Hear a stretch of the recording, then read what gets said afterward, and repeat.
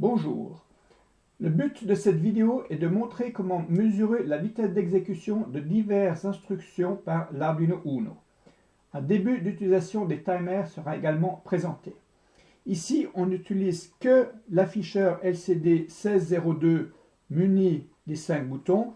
Il n'y a aucune composante supplémentaire. Tout ce qui est là au-dessus, ça ne sert à rien. Ici, on fait une première mesure. On mesure le temps d'afficher du texte sur l'écran LCD. On voit que ce temps est de 4856 microsecondes. Comme on n'a pas la lettre grecque mu, on mettrait souvent un U à la place. US, donc ça veut dire microsecondes. Donc à peu près 5 millisecondes le temps d'afficher du texte. Ici, c'est relativement long. Si je prends l'instruction suivante, ça c'est le temps pour faire une boucle complète dans le programme. 9800 et quelques microsecondes, donc quasiment 10 millisecondes, qui est relativement long. Ici, c'est le temps pour afficher, pour faire une conversion sprintf, donc convertir un nombre en une chaîne de caractères, donc 156 microsecondes. Ça, c'est un temps pour faire un sprintf et faire une conversion d'un nombre à virgule flottante. Alors là, j'ai mis 0,260 millisecondes, donc on pourrait dire aussi c'est 260 ou 270 microsecondes.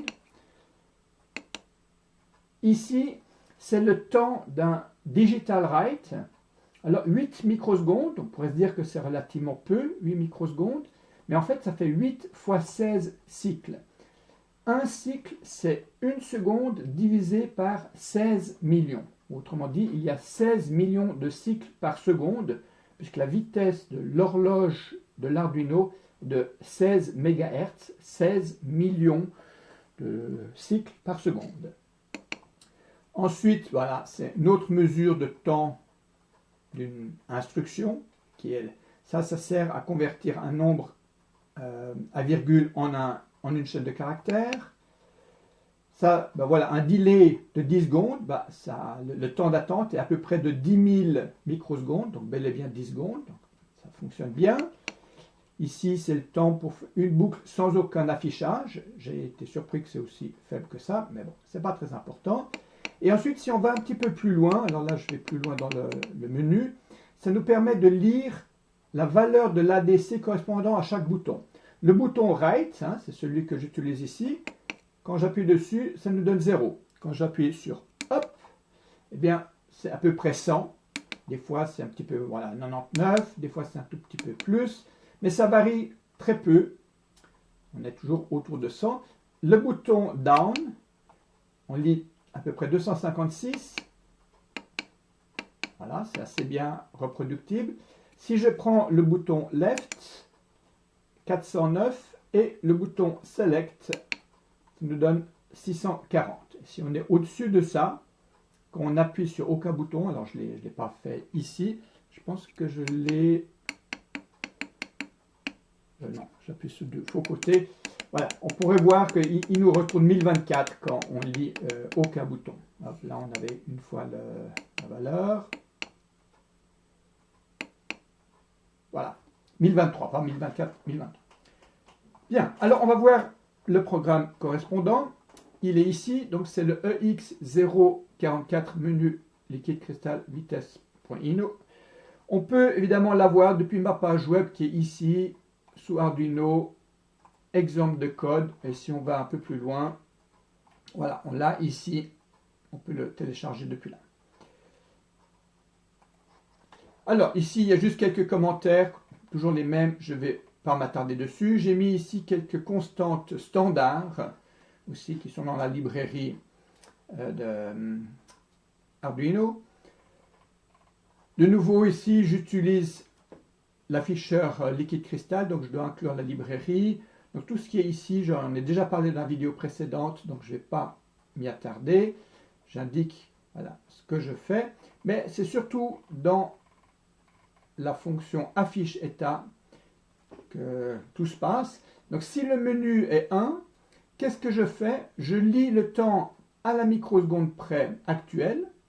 Ensuite, je fais une action. Donc j'ai deux instructions, set curseur et puis j'affiche. Je relis le temps Et ensuite, ben, je convertis ce temps en une chaîne de caractères et je l'affiche pour montrer donc le temps que prend un afficheur. À peu près 5 millisecondes. Ensuite, si je suis dans le menu 2, là c'est pour voir le temps d'une boucle complète. Donc je lis le temps ici, puis ici, et ensuite j'affiche le temps qu'il a fallu pour aller de là, faire toute une boucle et revenir ici. Voilà, c'est peut-être pas très intéressant. Je montre encore le 3, je n'ai pas tout montré. Ici, au 3, qu'est-ce que je fais? Donc je lis le temps, je fais une instruction, je relis le temps, et puis j'affiche le temps qu'a pris cette instruction.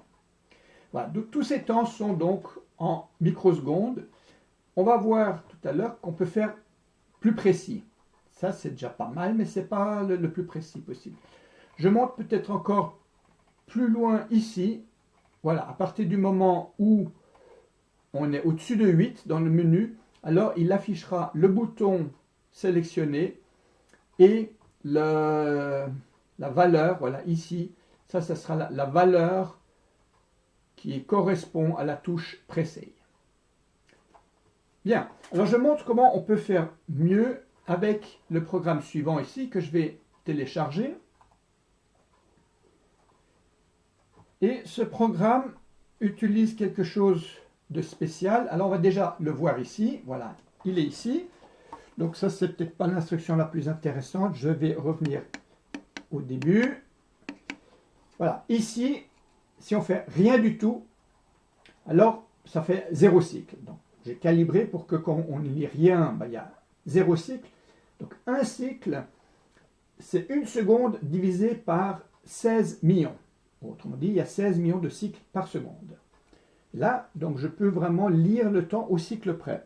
Si je vais au suivant, là je fais juste une lecture du compteur TCN-T1, que je vais présenter tout à l'heure, ça fait 4 cycles.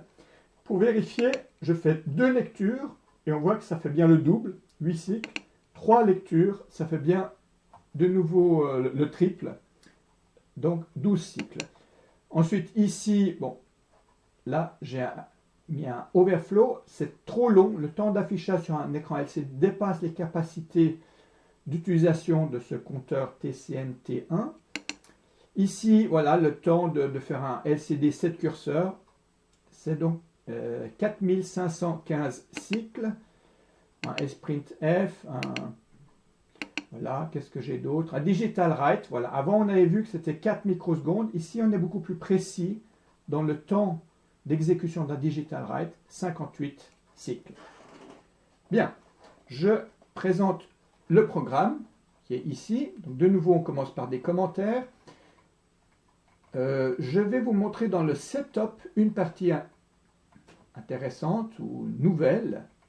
Voilà, c'est en fait ces 3 lignes qui est ici. Donc on utilise le timer 1. On verra dans la vidéo suivante que l'Arduino a en fait 3 timers. L'Arduino Uno a 3 timers. Le Mega, il en a 6. Et le timer 1 permet d'incrémenter de 1 le compteur qui s'appelle TCN-T1 toutes les 0,0625 microsecondes, soit 16 millions de fois par seconde. Ceci, c'est parce qu'on a mis ce registre à 1. Donc ça permet de configurer la manière de fonctionner du timer. C'est relativement complexe parce qu'il y a beaucoup de possibilités. Et ça, c'en est une. Si à la place de 1 ici, j'avais mis 2, alors on incrémenterait le timer que tous les 8 cycles, et pas tous les cycles comme on le fait ici, non, tous les 8 fois cette valeur. Ça ferait en fait toutes les 0,5 microsecondes. Et ici, c'est pour dire qu'on veut désactiver les interruptions du timer. Mais tout ça, on y reviendra. C'est juste pour vous montrer un tout petit début d'utilisation des timers, et surtout, là, on va utiliser ce compteur. Alors maintenant, comme tout à l'heure, on va dans la fonction affiche état, et ici, plutôt que de tester if bmenu égale 1, j'ai en fait une variable que j'initialise à 0. Ici, je l'incrémente, donc elle vaut 1. Et ensuite, je teste si je suis à 1. Et ici, je lis la valeur du compteur, je fais rien, et je relis la valeur du compteur. Et ensuite, j'affiche le temps. Et comme c'est lecture de compteur prenne un certain temps, je dois donc le soustraire, c'est le overhead qui est ici, qui fait 8 cycles. Donc ici, il m'affiche bel et bien 0. Ensuite, je lis, je fais de nouveau une lecture que je mets dans une variable que je n'utiliserai pas. Et ensuite, je lis de nouveau le compteur. Et ici, il m'affichera donc 4 cycles, qui est le temps de cette instruction. Ici, ben, je le fais 2 fois, donc ça fera 8 cycles. Donc on voit que je peux mesurer des temps au cycle près, en rappelant que donc il faut 16 millions de cycles pour faire une seconde. Voilà, après on peut regarder, j'ai mis un peu plus loin, où est-ce qu'on a, alors ici c'est toujours ces mesures de temps. Voilà, par sécurité, souvent je mets le compteur à 0 avant de faire la mesure. Et ici, j'ai un flag supplémentaire qui nous permet de savoir si on a dépassé les capacités. Parce que ce compteur, il peut aller de 0 à 65 535. Et à partir du moment où il redépasse, enfin si on additionne 1 à 65 535, on obtient 0. Et dans ce cas-là, ce flag, il est bien 1, et donc on peut tester si on a eu un overflow. Ce qui est le cas lorsque l'on fait une mesure du temps d'affichage sur l'écran LCD. C'est la mesure qui est ici. Voilà, ceci crée en fait un overflow, c'est cette instruction-là. Et puis, j'ai mis quelque part un peu plus loin, voilà. On peut également, quand même, encore utiliser l'instruction micro pour mesurer des temps à la microseconde près. Voilà, c'était juste pour montrer comment mesurer précisément certains temps d'exécution d'instructions, parce que j'ai voulu être très très précis dans les programmes suivants pour générer des impulsions à des temps précis à la microseconde près, ou moins que la microseconde près. Je m'arrête ici. Merci, au revoir.